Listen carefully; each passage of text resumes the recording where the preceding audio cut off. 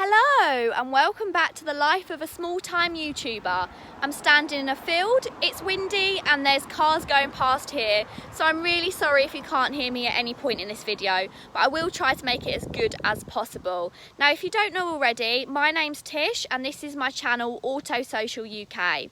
So what I do is I try to get my hands on as many brand new cars as possible and give you guys my honest review. Now I don't claim to be an expert, but I did used to sell cars and I do have a passion for cars, so I will always give you my honest opinion on what I think.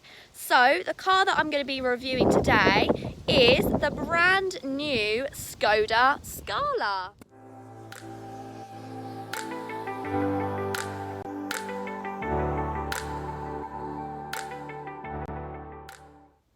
So the Skoda Scala has been introduced to replace the Skoda Rapid, which was a smaller version of the Octavia. To be honest, it didn't do particularly well, but we can all agree that the Skoda Scala looks fantastic. It's got a great new look, it's also got loads of standard technology, all whilst they still claim to be one of the cheapest hatchbacks. So if you're looking at getting into the family hatchback market, then this is definitely one to look out for. So this is the first time that Skoda have used the floor print of the Volkswagen Polo, which is readily used across the whole of the Volkswagen group. But it's much bigger than the Volkswagen Polo. It's more competitive to that of the Volkswagen Golf, a Ford Focus and also a Mazda 3. Why don't we take a closer look? The car gets a prominent gloss black front grille with chrome surround. Plus on every trim level you get full LED headlamps. This SE model has 16-inch alloy wheels and gloss black wing mirrors. On the back of the car, the brand's name is spelt out across the tailgate, which is a first for Skoda. It might not be a first for its kind, but it does look really good. The boot can hold a whopping 467 litres. As you can tell by just looking at it, the Scala's boot is absolutely massive. It's bigger than all others in its class, including the Ford Focus and the Kia Ceed. The only car that's actually got a bigger boot in the hatchback market is the Skoda Octavia, but then that's leaps and bounds above everything else. If you need enough luggage space but don't need anything as big as the Octavia, then this is definitely the way to go. As well as loads of space, there's also loads of Skoda practicality, including the little hook for your shopping and belts to hold everything into place. There's also plenty of little hiding spaces and a 12-volt plug. Even with that massive boot, there's still loads of room in the rear as well. You can happily sit 3 adults. You've got loads of legroom, loads of headroom, and there's also a centre hump, but because it's so narrow, you can happily sit your feet either side.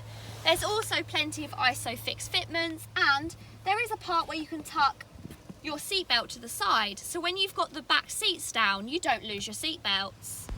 Inside the cabin is a contrast from the previous Rapid. You've got loads of standard technology, including automatic lights and wipers. You've also got a leather-wrapped multifunctional steering wheel, where you can control your cruise control, your volume, and your mobile phone. Though not of the highest quality, all the materials used inside the cabin are soft touch and well built. If you opt for the SE trim level, like the one that I'm driving, you do get the 8-inch colour touchscreen as standard. However, that's not fitted with sat-nav. But it does come with the Apple and Android CarPlay, and in my opinion, that makes it as good, if not better, than having a sat-nav anyway. In these new cars, a lot of things aren't fitted with sat-nav.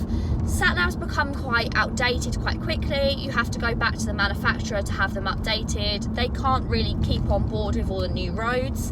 However, if you go for the Apple CarPlay or Android, of course your maps that's fitted to your phone is always working and they're always updated. So they're never going to be sort of your car sat nav is never going to be better than your phone anyway. So in my opinion, when I get into a new car, I don't even use the fitted sat nav. I use what I use every day because that's what I've used to. Now I would love to show you how that works, but unfortunately the Scala is so new that it's only fitted with the USB-C port or USC, I can't really remember. but it's a new type of port. Apparently we're going to be seeing away with the standard USB port, and we're going to be going for these new USB, whatever it is. I mean, to be honest, that's not too much of a trouble. You just have to know that if you are opting for this car, that you will need to buy one of those cables. I mean, I'm not even sure. Skoda might even give you one of those cables for free anyway. You'll definitely have to check. But I've had a look on eBay and Amazon and places like that, and they're going for about £5. So it's a small amount of investment to make sure that you can use your phone on the screen. If you don't have a cable with you, or if you go into a store to test drive one of the Scalas and you can't get your phone working on the screen, then literally just ask anyone in there if you can look at one of the other cars, because the older models like the Coroks, the Octavias, they are all fitted with the USB ports. So just pop your phone in there with a USB and you'll be able to see sort of how the Apple CarPlay and Android Auto works, because in my opinion that is such a good system. Cruise control and lane assist are both standard on the SE Scala and higher. You can opt to go for an adaptive cruise control and also a side scan assist as well, which if you're doing a lot of miles and you're going to be in this car a lot, may be worth opting for. But to be honest, the standard cruise control and lane assist, it's going to make things pretty easy as it is. You must also remember that I haven't had a proper play around, but most times when you get in this car it does turn the lane assist straight on, which can be a good thing. If you do a lot of motorway driving, it's not really going to be an issue, but driving around the back roads, the slightly less busy roads, you're going to want to turn your lane assist off. But to be honest, they have made things super easy, so you can turn it off using the steering wheel, and it's just literally one button and then another button to turn the lane assist off, so it's not really any trouble. So safety as standard on the Scala is really, really good. You do have 9 airbags. You've also got the automatic emergency city braking, so when the car detects that you may hit something in front, whether it's a person, an animal or a car, the car will emergency brake for you if you haven't already had time to do it yourself. It does also come fitted with the Crew Protect, which is what they call it, and what that does is if the Scala thinks that you're gonna be in an accident, it will put up all of your windows, it will close your sunroof if you have one of those, and it will also tighten your seat belts. So it will have you completely ready and make sure that the impact is as small as possible. And considering this car is designed to be a family car, I think that's absolutely fantastic. Okay, so with the all-new Scala, there's 4 different engine options. So you've got 2 1-litre petrols, a 1.5 litre petrol, and also a 1.6 diesel as well. Now, I say this time and time again, but if you are being put off by these 1-litre engines, please go and test drive one. You will not understand how good they are until you've had a test drive. I picked this car up yesterday, and I just assumed straight away that it was the 1.5 litre petrol, because it's really nippy, it's really smooth, it's really quick through the first gears, proper, like quite punchy, and I just thought this has to be the 1.5 litre petrol. Went home, did a bit of my research and found that the 1.5 petrol engine in the Scala is only available in automatic. So then I started thinking a little bit more about it, and it said that there is 2 different 1-litre petrol engines.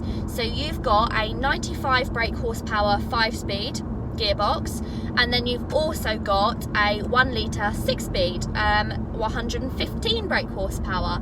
So by power of elimination, I realised that because this is a 6-speed, this is the 1-litre 115 brake horsepower, and I cannot even explain to you, this is such a good engine. I honestly would not have believed you if you told me it was a 1-litre when I first drove it yesterday. Paired along with that, like I'm saying, it does pull really quickly, there's loads of power into it, and then getting onto a motorway as well, it doesn't struggle whatsoever. There's still some pull after that 70 miles per hour. Obviously I'm not going particularly over that. But if you do need to get out of a sticky situation and you do need a little bit more pull after that 70, the car still does have it, so that's really fantastic. And then there's the ride quality. So I know I'd heard a lot about Skodas and that they're known for being comfortable and for a good ride, but this has just blown me away. This car is so light, it's so smooth, the steering's so responsive, and it's really comfortable as well. I can't believe you also get lumbar support in the seats, which, as you usually have to pay extra for that. It's not usually very much, but still you usually have to pay extra. But no, that's free on this as well. Also, if you're a company car driver, then I've got some brilliant news for you. So the Scala has a really low PD11 value, and then it also has really low CO2 emissions levels as well. So those two combined means that this car is really cheap on your benefit inclined tax. So if you're looking at going for a new car on your company car, then I would definitely consider having a look at the Scala. I think it's evident from driving the Scala today that you get loads of value for your money. So if you wanted to go for the SE specification, it's going to cost you around £19,000, and that's what I've been showing you today. If you wanted to upgrade to the SEL so that you had the sat-nav and also the automatic boot and a few extra goodies, then you'll be looking around the 21 mark. Either way, it's not going to break the bank, and it's really good value for a larger family car. If you are in the market for a family car, I would definitely go and test drive the Scala, because I don't think you'll be disappointed. Why not give either IPSWICH or LYNN a call and see if they can help? I'll pop their numbers below. Thank you so much for watching this video. I really hope you've enjoyed it. If you have, then please give it a big thumbs up, and don't forget to subscribe to my channel. See you next time. Bye!